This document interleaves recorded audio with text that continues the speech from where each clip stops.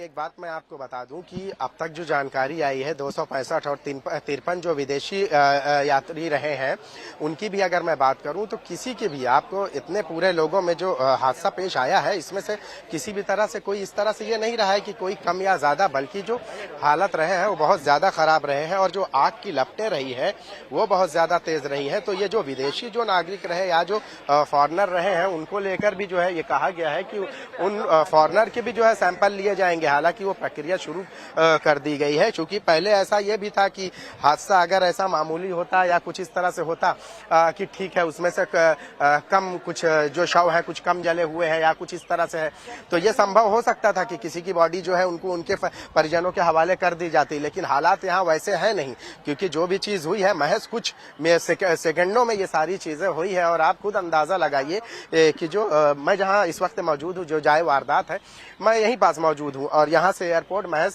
2 kilometre, और 2 kilometre आप अंदाजा लगाइए कि किसी भी फ्लाइट के लिए जो है महज कुछ सेकंड की बात होती है। और उसके साथ साथ जो उसकी हाइट थी, ऊंचाई थी, वो भी कोई बहुत ज्यादा ऊंचा नहीं था। तो जब ये हादसे का शिकार हुआ है पिंकी, तो उस दौरान कुछ सेकंडों का खेल रहा है। और क्या रहा होगा जब ये हादसा पेश आया। अब चूंकि हुआ ये है कि उसमें से कई सारे फॉरेनर थे, भारतीय थे, बहुत सारे लोग थे दूसरे भी कंट्री, पुर्तगाल के और बाकी जगहों के भी लोग थे। तो जाहिर सी बात है कि इतनी बुरी तरह से जो जल गई जो बॉडी है, जो शव है, कि वो पहचानने के तो लायक ही नहीं रह गया। तो अब चूंकि अब उस पहचान शिनाख्त करने के लिए उसका वाहिद एक ही रास्ता है, मात्र एक ही रास्ता है कि जिसमें जो है कि आप उनके परिजनों का जो है डीएनए टेस्ट कराएं और डीएनए टेस्ट कराने के बाद जो है उनको उनके हवाले करें। तो ये जो प्रक्रिया है ये हर एक के साथ अपनाई जाएगी और उसके बाद ही जो है उनको उनके परिजनों को हवाले किया जाएगा। इस वक्त आप देख लीजिए कि उस जो जाए वारदात है यहाँ से लेके वहां तक जो है सिर्फ और सिर्फ जो पुलिस या एनडीआरएफ और दूसरा मीडिया कर्मियों की, इसके अलावा किसी को भी यहाँ आने की इजाजत नहीं दी गई। अब उन 265 लोगों की मौत को अहमदाबाद विमान हादसे के बाद से हर कोई सदमे में है। परिवार वालों ने अपनों को खोया है और ये गम उनके चेहरों पर साफ दिखाई दे रहा है। एक तब जहां पूरे विश्व में, भारत में, जो गुजरात के अहमदाबाद में एयर इंडिया AI 171 फ्लाइट जो दुर्घटनाग्रस्त हुई, लंदन जा रही थी अहमदाबाद से, मगर फ्लाइट टेक ऑफ करने के तुरंत बाद ही रिहायशी इलाके में जाकर बिल्डिंग के ऊपर जा गिरी वो। और तमाम लोग जो अपने परिजनों को, जिन लोगों ने खोया है, अब वो अहमदाबाद लौट कर आ रहे हैं ताकि वो अपने जो उनके निकटतम परिवार के जो सदस्य थे जिनको उन्होंने खोया है, उनकी तफ्तीश की जा सके, उनको आइडेंटिफाई किया जा सके। क्योंकि सरकार ने भी 9 मेंबर की एक फॉरेंसिक टीम बनाई है ताकि डीएनए की आइडेंटिफिकेशन करके उनके परिजनों को, उनके परिवार वालों का जो डेड रिमेन्स है, मॉर्टल रिमेन्स है, उनको सौंपा जा सके। तो हमारे साथ बात करने के लिए मौजूद हैं ऐसे ही एक परिवार जो गुजरात के आनंद से आते हैं और इनकी छोटी बेटी कल उसी फ्लाइट में जा रही थी, उनको फिर से दीपावली पे वापस आना था। तो हम बात करेंगे उनसे और जानेंगे कि आखिर कैसे इस पूरे न्यूज़ के बारे में उनको पता चला। सर, सबसे पहले तो हमारी संवेदनाएं हैं आपके साथ में। ये बहुत बड़ा शोक की तरफ अभी आपकी परिवार जा रही है, बहुत ही बड़ी क्षति हुई है आपके परिवार को। तो क्या था सर, किस तरीके से आप अपनी बेटी को लेकर पहुंचे थे एयरपोर्ट? फिर क्या उसने वादा किया था आखिरी बार जब आपकी बात हुई थी? कुछ ऐसे बात आपको याद हो? वो तो हंसी मजाक वाली थी, उसको ऐसा था ही नहीं। वो गई तो बोले अगले दिवाली पे मैं वापस आने वाली हूँ ने के, शादी था दूसरा, तो मैं उसमें आऊँगी शादी में के, ऐसा बोल के। अभी उसका दांत का ट्रीटमेंट चल रहा था, वो ट्रीटमेंट करवाना है क्योंकि उसका 8 टीथ टूट गया था एक्सीडेंट में। जब लंदन जाने वाली थी तब तो पॉसिबल नहीं था कि वो टाइम पे हो सके, और उसका जाने का टाइम हो गया था।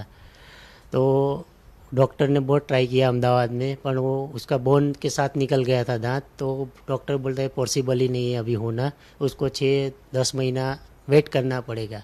एक बार उसको भेज दो, फिर वो वापस आएगी, तब उसका ट्रीटमेंट होगा। तो उधर उसने एक्सरे करवाया, बोन दिखा, तो डॉक्टर को भेजा अहमदाबाद में। तो डॉक्टर ने बोला अब बोन बना है, उसको जब आना है तो आ सकती है। फिर डॉक्टर ने डेट दिया है, हमने बोला डॉक्टर ने डेट दिया है 9 तारीख को, तो 7 तारीख को आ जा। तो 7 तारीख को आ गई, 9 तारीख से उसका ट्रीटमेंट था। 15-20 दिन में उसका 7 से 8 टीथ इम्प्लांट किया, उतनी वो स्ट्रांग थी। कल सर जब आप अपनी बेटी को एयरपोर्ट छोड़ने आए थे तो फिर ये जो दुखद घटना का न्यूज़ था वो आपको कैसे पता चला? वो हम उसको छोड़ के उसने हमको बोला कि डैडी मैं सेफ़ हूँ, आप जा सकते हो। फिर हम निकल गए, तो हम जब आनंद में एंटर हुए जस्ट, और इधर से कॉल आया कि भाई एक फ़्लाइट क्रैश हो गई है, न्यूज़ में आ रहा है, आपकी लड़की कौन सी फ़्लाइट में थी? तो हमने बोला एयर इंडिया में थी वो। तो फिर हमने घर पे जाया, देखा न्यूज़ में, और हमारा सब फ्रेंड सर्कल सब जमा हो गए और सटासट हम फिर से वापस आ गए। तो कल दोपहर 2 बजे से हम इधर के इधर ही है। अभी कपड़ा भी वही का वही है, मैं चेंज नहीं किया। आज कल से यहाँ पर होम मिनिस्टर भारत के अमित शाह भी आए थे। आज प्रधानमंत्री नरेंद्र मोदी खुद अहमदाबाद आए, उन्होंने जायजा भी लिया और कहा कि आखिर किस तरह से ये हृदय विदारक घटना है। तो एयर इंडिया के तरफ से या फिर सरकार की तरफ से आप लोगों से नहीं, कोई मूवमेंट नहीं, कोई किसी का कोई जवाब नहीं। अस्पताल में भी किसी का कोई जवाब नहीं है। वो बोलता है 72 कलाक के बाद ही मालूम पड़ेगा, 3 दिन के बाद ही मालूम पड़ेगा। 2-3 लगे, DNA टेस्ट दे दिया है। वो बोलता है 2-3 दिन में पता चलेगा, आपको फ़ोन आ जाएगा। इसीलिए हम इधर होटल करके रुके हुए हैं कि कब फ़ोन आए और इधर जाए। तो क्या सरकार या एयरलाइंस की तरफ से किसी तरह की सुविधा नहीं दी जा रही कि आप लोग कहाँ ठहरे? कुछ नहीं, नहीं खाने का, पीने का, रहने का कुछ सुविधा नहीं है। अस्पताल में जाने के बाद क्या बोला जा रहा है? अस्पताल में तो बस ये तो हम तो आपको जब होगा तो हम बुला लेंगे, बस उतना ही बोलते। बाहर ही रुको, अंदर जाने भी नहीं देते किसी को। तो जिसने खोया उसको पता होता है कि कहाँ हम कैसे फील कर रहे हैं, तो वो लोग तो बस जाओ जाओ, इधर नहीं, अभी बाद में जब होगा तब बुला लेंगे। क्या करती थी सर आपकी जो छोटी बिटिया थी, वो क्या काम करती वो थी? वर्क परमिट में गई थी, वो जॉब भी करती थी और घर से खाना बना सब बना, कुकिंग का करती थी, होटल मैनेजमेंट का। वो अनंता रिसोर्ट है ना उदयपुर, उसमें उसने ट्रेनिंग ली थी और वो कर रही थी लंदन में। तो उसको घर पे ही सब ऑर्डर देते थे, ले जाते थे। वन टाइप जैसे कि घर पे किचन कुक थी, वो को ऑर्डर आए उसको भेज देने का, ले जाए, ऐसा करती थी वो काम। क्या नाम था सर आपकी बेटी का? कीनल मिस्त्री। और आपका नाम सर? सुरेश मिस्त्री। शुक्रिया हमसे बात करने के लिए। तो अभी किनल मिस्त्री के उनके चाचा जी भी हमारे साथ मौजूद हैं बात करने के लिए, हम उनसे भी बात करेंगे। सर काफ़ी दुख है इस घड़ी, आप लोगों को एक दुख का पहाड़ ही टूटा है आप लोगों के ऊपर। क्या कहना चाहेंगे सर, जिस तरह से सब दिन निकल रहे हैं कुछ। हम लोग एक बजे तक रात को बैठे थे साथ में। बोलती है अंकल मैं आ जाऊंगी, दीपावली पे आने वाली हूँ। फिर ये हो गया, पता ही नहीं चला कुछ। वो सबकी लाडली, किसी के साथ उसको अनबन नहीं रहती, सबके पास मिलजुल के ही रहती थी। सबके पास मिलजुल के, किसी के साथ उसका झगड़ा हुआ ऐसा होता ही नहीं। सबको प्यार से बुलाती है, सबके पास मिल जाती है। और नहीं मिलता तो उसको फ़ोन करके बोला अंकल कहाँ हो, मैं आई। और हर रोज़ फ़ोन पे मेरे को अपडेट लेती है, हर रोज़ फ़ोन करती है। उधर से लंदन थी तो रोज़ फ़ोन करती है, पूछती है पापा कैसे हो कैसे नहीं। हर रोज़, कोई दिन मिसिंग नहीं होता उसका फ़ोन, रोज़ बात करती थी हमने। फ्लाइट में बैठने के बाद भी आप लोगों से बात हुई हो? हाँ, फ्लाइट में बैठी तो भी बात किया उसने दूसरे फ़ोन से, और नंबर पे हमने बहुत फ़ोन किया। जब ये समाचार मिला तो वो फ़ोन भी नहीं लगा। वो लड़की का तो फ़ोन लगने वाला ही नहीं था, उसका सिम था ही नहीं इधर का। तो ये दूसरे फ़ोन से उसने फ़ोन किया, वो नंबर पे बहुत फ़ोन किया, पर वो भी नॉन रिप्लाई आ रहा था। अब आप लोग सर सरकार से आप लोग क्या चाहते हैं, जिस तरह की ये घटना हुई? ये जो हो गया तो हो गया, अब सरकार पूरी जांच करे कि फ़्लाइट वाले ने ऐसी गलती क्यों की। उड़ाना ही नहीं चाहिए था उसको, फ्लाइट में प्रॉब्लम था तो उड़ाना ही नहीं चाहिए। वो तो पायलट को तो मालूम होना ही चाहिए, फ्लाइट उड़ाता है उसको तो पता होना ही चाहिए। 3 दिन पहले भी वो फ्लाइट डिले हुई थी 3 घंटे कोई प्रॉब्लम की वजह से। फिर अभी जब आई तब भी प्रॉब्लम था उसमें, ऐसा बोल रहे हैं सब लोग। हमने तो पता नहीं, पर लोग बोल रहे हैं कि उसमें तो कोई प्रॉब्लम तो था ही, फिर भी वो उड़ाया गया। फिर भी उड़ाया गया उसको, और जस्ट 2 मिनट में तो उड़ ही नहीं पाया, सीधा बैठ गया इतना तो नहीं हो सकता ना, उसका इंजन तो डबल होता है। अगर एक इंजन फ्लॉप हो जाए तो दूसरे इंजन से वो अहमदाबाद तो तुरंत यू टर्न लेके वापस रनवे पे ला सकता था, और दोनों इंजन भी बैठ गया हो, ऐसा भी बन सकता है। शायद फ्लाइट में प्रॉब्लम हो या फ्लाइट पूरा ना हो, कुछ भी हो रीज़न, वो हम नहीं गेसिंग कर सकते। पर जो भी है वो फ्लाइट वाले का ही गलती है, उसको उड़ाना ही नहीं चाहिए था फ्लाइट। लेकिन हमारे तो स्वजन चले गए ने, हम लोग क्या करें अब। उसने ऐसा सोचा भी नहीं होगा कि कितने पैसेंजर है, क्या होगा। 250 लोग अंदर बैठे थे। हमसे बात करने के लिए। तो ये थे किंजल के पिताजी और उनके छोटे चाचा जी, जिन्होंने हमसे बात की। ITV नेटवर्क के लिए आनंद सिंह, अहमदाबाद। अहमदाबाद विमान हादसे में आगरा के दंपति की भी दर्दनाक मौत हो गई। उनके परिवार में अब शोक की लहर है। ऐसे में आसपास के लोग परिवार वालों से मिलने पहुंच रहे हैं और परिवार को दुख की घड़ी में हिम्मत बनाए रखने की कामना कर रहे हैं। अहमदाबाद में हुए विमान हादसे में आगरा के दंपति की मौत हो गई, और ऐसे में आगरा का दंपति अकोला के रहने वाले थे और काफी समय से बड़ोदरा में निवास कर रहे थे। वहाँ की कंपनी नेल्सन XU में जॉब कर रहे थे, और ऐसे में उनके मकान पर मौजूद हैं। ये उनका मकान है। ग्रामीण लगातार पूरे जो देहात क्षेत्रों में रहता है कि परिवारों को तसल्ली देने के लिए यहाँ पे तमाम लोग मौजूद हैं, और ऐसे में इनसे बात करेंगे कि आखिरकार किस तरीके की घटना की इनको जानकारी हुई। पहले आपसे जानना चाहेंगे घटना की जानकारी कैसे मिली। जब ये प्लेन क्रैश हुआ तो उस समय ब्रेकिंग न्यूज आया, तो उसके माध्यम से सबको पता लगा, पूरे देश को पता लगा। बहुत ही हृदय विदारक घटना हुई है, ये बहुत बड़ी घटना है। उसके बाद में जो है बड़े भाई जो हैं सतीश भैया से उनकी बातें हो रही थी। उन्हें पता था कि वो लंदन जा रहे हैं, तो उनसे बातें हुई हैं। जब बड़ोदरा से अहमदाबाद के लिए वो जा रहे थे एयरपोर्ट के लिए, तो उस समय उनसे बातें हुई हैं। रास्ते में बातें करते हुए गए हैं। तो उनके पास जब ये सूचना आई, उन्होंने ब्रेकिंग न्यूज़ देखा, तो उन्होंने अपनी और फ़ोन किया भैया को। उनका नंबर नहीं लगा है। उसके बाद उनकी बेटी को कॉल किया है, तो बेटी ने बताया कि उसी फ्लैट में थी मम्मी पापा दोनों। तो इन्हें सूचना मिली। कंफर्मेशन कैसे हुआ, क्योंकि सीट ये भी बता रहे हैं 39 और 38 सीट पर वो बैठे हुए थे। 26 और 26 भी सीट है लिस्ट में, 26A और 26B जी। सीट है। लेकिन कंफर्मेशन आप बोल रहे हो, अभी तक कंफर्मेशन कुछ भी नहीं है। अभी घटना ही बताई जा रही है। अभी ऑथराइज्ड हमारे पास कुछ भी नहीं आया है वहाँ से। कोई सूचना विभागीय अधिकारियों के द्वारा या अभी कोई पुष्टि नहीं हुई है ऐसे विभागीय अधिकारियों द्वारा। ऐसे में भाई सतीश गए हुए हैं। हाँ, अभी सुबह 6:30 बजे सतीश भैया, बहन कुसुम दीदी और एक उनका भतीजा कृष्ण मुरारी लवानिया और एक भांजा, ये 4 लोग यहाँ से दिल्ली गए। दिल्ली से 1:30 बजे से उनकी फ्लाइट है अहमदाबाद की। ऐसे में देखा जाए गांव का माहौल होता है, एक व्यवहारिक तौर पर अगर देखा जाए तो नीरज कैसे व्यक्ति थे, किस तरह बहुत सज्जन सोम स्वभाव के थे, टैलेंटेड थे, अच्छे टैलेंटेड थे। गांव में आना जाना कैसा था? वो जो है त्योहारों पर आते थे, कार्यक्रम पारिवारिक कार्यक्रमों में आते थे। जैसा कि आप जानते हो, जब वो प्राइवेट सेक्टर में जॉब करता है तो समय का अभाव होता है। जब भी उन्हें समय मिलता था वो गांव में आते थे, सब लोगों से मिलते थे। कितने समय से गुजरात में रह रहे हैं? करीबन 15 साल से गुजरात में तो वो एक्चुअली उन्होंने कंपनियां चेंज की हैं। पहले वो जयपुर शिफ्ट थे, उसके बाद उन्होंने नीदरलैंड भी जॉब किया।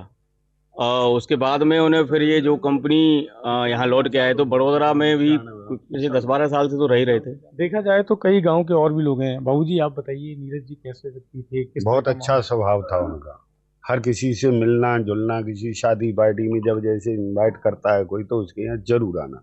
आज बड़े गांव के लिए दुख की खबर तो है ही है, लेकिन पूरे देश भर के लिए दुख खबर है। आज यहाँ तसल्ली देने के लिए आए। किस तरीके से इस घटनाक्रम को आप देखते हैं? ये तो बहुत ही दुखद घटना है, और इससे ज्यादा क्या हो सकती है। ऐसे में आप भी अपने मित्र बताते हैं, किस तरह का जीवन आपका उनके साथ रहा? बड़ा सौम्य, सरल और शैतानी भरा हुआ। ऐसी कोई खास घटना जो आज इस पूरी दर्दनाक घटना के दौरान आपके जहन में आ रही है? अब घटना ये है कि जैसे हमारी क्रिकेट टीम थी, तो ये हम कद में छोटा था, सिंगल प्लाई था, उम्र में छोटा था, तो 10वें 11वें नंबर पर खेलने के लिए जाया करता था ये। तो कई बार बिगड़ जाता था, नहीं भाई मैं ओपनिंग पे जाऊंगा अब, तो भाई ओपनिंग कर ले तू, अब भी हमारे साथ थे, वाइस कैप्टन थे, तो भाई तू ओपनिंग कर ले। तो इस तरीके से शरारतीपने, या बसों में जा रहे हैं किराया ना देना, आगरा कॉलेज से बीएससी कर रहे हैं, हम भी साथ में थे, वो भी साथ में, बीएन हॉस्टल में भी कुछ 1 साल बीएन हॉस्टल में भी रहे थे वो। काफी सालों से वो अहमदाबाद के बड़ोदरा में रह रहे थे, और ऐसे में देखा जाए, क्योंकि आपने उनके साथ बचपन निकाला है, क्रिकेट मैच खेला है, किस तरह की आज जहन में तस्वीर है सामने? वो 95 से यहाँ से आउट हो गया था, जॉब किया उसने, कोचिंग की। उसके बाद कोई प्रोग्राम छोटा होता बड़ा होता गांव में आता और सबसे मिलता। और हमारी क्रिकेट टीम थी, 15 आदमी थे, और बड़ा दिल खुश आदमी था। तमाम ग्रामीण हैं जो कि लगातार यहाँ पर तसल्ली देते नजर आ रहे हैं, दुख में शामिल होते नजर आ रहे हैं, लेकिन कहीं ना कहीं आज नीरज और अपर्णा की मौत हो गई है, लेकिन कहीं ना कहीं गांव के साथ साथ पूरे आगरा में दुख और शोक का लहर दिखाई दे रहा है। फिलहाल यहाँ से उनके भाई सतीश जो है आगरा के लिए रवाना हो गए हैं परिवारीजनों के साथ। आखिरकार आगे किस तरह की आधिकारिक पुष्टि होगी, उसके बाद नीरज और अपर्णा का शव गांव के लिए आएगा, ये सब चीजें आगे की कार्रवाई में रहेंगी। लेकिन देश भर का ये दुख कहीं ना कहीं आगरा के लिए भी भारी पड़ता दिखाई दे रहा है। इंडिया न्यूज के लिए मैं मयंक त्यागी, आगरा। इस विमान हादसे में अपनी जान गंवाने वाले विमान के पायलट सुमित सभरवाल, पवई से विधायक दिलीप लॉर्ड ने मुलाकात की। हादसे को लेकर क्या कुछ कहा विधायक ने, वो हम देखते हैं।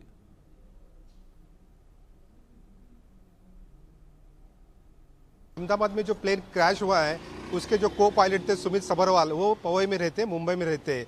अभी उनके घर पे यहाँ के विधायक दिलीप मामा लांडे जी आए थे और उनकी परिवार से उन्होंने मुलाकात की। हम उनसे जानते हैं क्या बात हुई उनसे। लांडे सर, क्या बात हुई आपसे? आप सभरवाल के फैमिली से मिले, क्या बात हुई? सुमित के घर पे उनके अकेले डैडी है। उनका डैडी का उम्र है 88 साल। सुमित का और डैडी का 3 दिन पहले बातचीत हुआ था। सुमित 1994 से पायलट का काम कर रहा है। ये नौकरी छोड़ के सुमित का और सुमित का डैडी का बातचीत हुआ कि डैडी मैं नौकरी छोड़ रहा हूँ और आपकी सेवा करना चाहता हूँ। ये 3 दिन पहले की बात है, और ये अभी जाके आने के बाद नौकरी छोड़ने वाले थे। और अभी जो हादसा हुआ इससे 1 घंटा पहले डैडी से उनका बातचीत हुआ कि मैं वहाँ पे पहुँचने के बाद आपको फ़ोन करता हूँ, कि वो भी उनके तकदीर में नहीं, डैडी की सेवा करने भी उनके तकदीर में नहीं था। उनके डैडी के तकदीर में ये भी नहीं था कि बेटे के तरफ से अपनी सेवा हो जाएगी। 88 साल के उनके डैडी है, और उनके चरण में नतमस्तक होते हुए जब मैं बातचीत कर रहा था तो उनके मुंह से एक भी लफ्ज़ नहीं आया, लेकिन उनके दोनों आँख से पानी आ रहा था कि ये उम्र में उनका बेटा नहीं है। 2-2.5 साल पहले उनकी धर्मपत्नी गई है। सुमित की माँ 2-2.5 साल पहले उनका निधन हुआ है।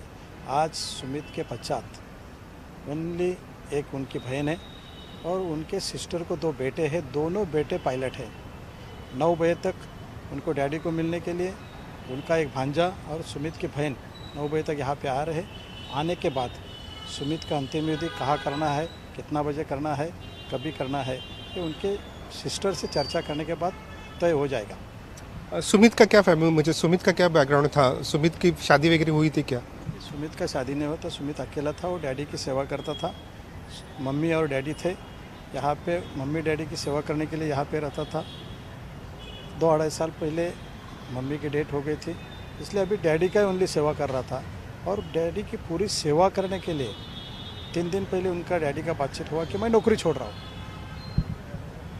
क्यों, मतलब नौकरी छोड़ने वाले थे, क्या तैयारी कर रहे थे? मतलब कि कितना उनको डैडी को संभालने का था, क्या तैयारी कर रहे थे वो? नौकरी इसलिए छोड़ रहे थे कि अपने डैडी की सेवा करना चाहिए। डैडी का उम्र अभी 88 साल हो गया है, उनको डैडी को सहारा चाहिए, डैडी की सेवा करना चाहिए, इसलिए वो अपना बेटे का फर्ज अदा करना चाहते थे। कभी सुमित पायलट बन गए थे और कितने साल से पायलट ये कर रहे थे? कौन से कंपनी में उन्होंने काम किया, कुछ बताया उनके डैडी ने? 1994 में वो पायलट बने हैं। तब से आज तक उनके हाथ से एक भी एक्सीडेंट नहीं हुआ। एक अच्छा तजुर्बाज एक पायलट था, और उन्होंने आज माँ बाप को छोड़ के, अपने सभी को छोड़ के वो गए हैं। क्या फ्यूनरल वगैरह कभी होने वाले, क्या है कुछ बताया वहाँ से? अहमदाबाद से कुछ कांटेक्ट हुआ इनका? जब उनकी सुमित की सिस्टर आएगी उसके बाद वो तय हो जाएगा। क्या तय होगा? कोई उनका अंतिम विधि कभी करना है, किधर करना है, वो बाद में तय हो जाएगा। कुछ कांटेक्ट में है लोग, मतलब वहाँ से अहमदाबाद से सुमित के अहमदाबाद से उनके सुमित की जो बहन है, सुमित के दोनों भांजे हैं, उनके डैडी से कांटेक्ट कर रहे हैं। आप किस तरह से मदद कर रहे हैं, मतलब ये पूरे प्रोसेस में आप किस तरह से मदद कर रहे हैं? कहा उनके पूरे दुख के अंदर हम लोग, हमारी पार्टी और यहाँ के जितने लोग हैं जलवायु में रहने वाले, हीरानंदानी के सब लोग उनको मिलने को आए हैं, उनके दुख में शामिल है। Thank you. Sudhakar Kashyap, India news, Mumbai. और इस वक्त की ब्रेकिंग न्यूज यह है कि अहमदाबाद विमान हादसे की जांच अब तेज हो गई है और क्रैश साइट पर फॉरेंसिक टीम इस वक्त पहुंच चुकी है। हादसे वाली जगह से विमान का डीवीआर बरामद कर लिया गया है। गुजरात एटीएस ने यह डीवीआर अपने कब्जे में ले लिया है। इस वक्त की ब्रेकिंग न्यूज मैं आपको बता रहा हूं। फॉरेंसिक टीम आज सुबह के वक्त ही पहुंच गई थी मौके पर और लगातार फॉरेंसिक एविडेंसेस को जुटाने का काम टीम कर रही है। लेकिन इस बीच मैं ये आपको बता दूं कि गुजरात एटीएस की टीम भी मौके पर पहुंची थी और जैसे ही डीवीआर मिला, उस डीवीआर को गुजरात एटीएस ने अपने कब्जे में ले लिया है। ये वो डीवीआर है विमान का जिसको आप देख पा रहे हैं, जिसमें गुजरात एटीएस की टीम ने इस डीवीआर को अपने कब्जे में लिया है। इसको एनालाइज किया जाएगा। इसके अंदर जो कुछ भी डीवीआर में रिकॉर्ड हुआ है उसको जो एक्सपर्ट्स हैं, जो एविएशन एक्सपर्ट्स हैं, वो इस डेटा को निकालेंगे, इस डेटा को सुनेंगे, इसको एनालाइज करेंगे और फिर उन आखिरी पलों में क्या कुछ हुआ था वो भी इस डीवीआर के जरिए एक्सपर्ट्स को पता चलेगा। तो ब्रेकिंग न्यूज इस वक्त की आपको बता रहा हूं, ये वो डीवीआर है जिसको हम एक्सक्लूसिवली आपको दिखा रहे हैं। ये विमान का डीवीआर जो अब गुजरात एटीएस के पास है और गुजरात एटीएस अब इस डीवीआर को अच्छे से जांचेगी। इसके अंदर जो डेटा है उस डेटा को एनालाइज करेगी और फिर कुछ और नए डेवलपमेंट्स निकल कर सामने आएंगे। मैं आपको बता दूं कि फॉरेंसिक टीमें मौके पर हैं और रेस्क्यू टीमें मौके पर हैं और लगातार जो भी इंपॉर्टेंट चीज़ें हैं, जो भी ऐसी चीज़ें हैं जिनके जरिए कुछ एविडेंस मिल सकता है जांच एजेंसियों को, वो सारे एविडेंसेस कलेक्ट किए जा रहे हैं।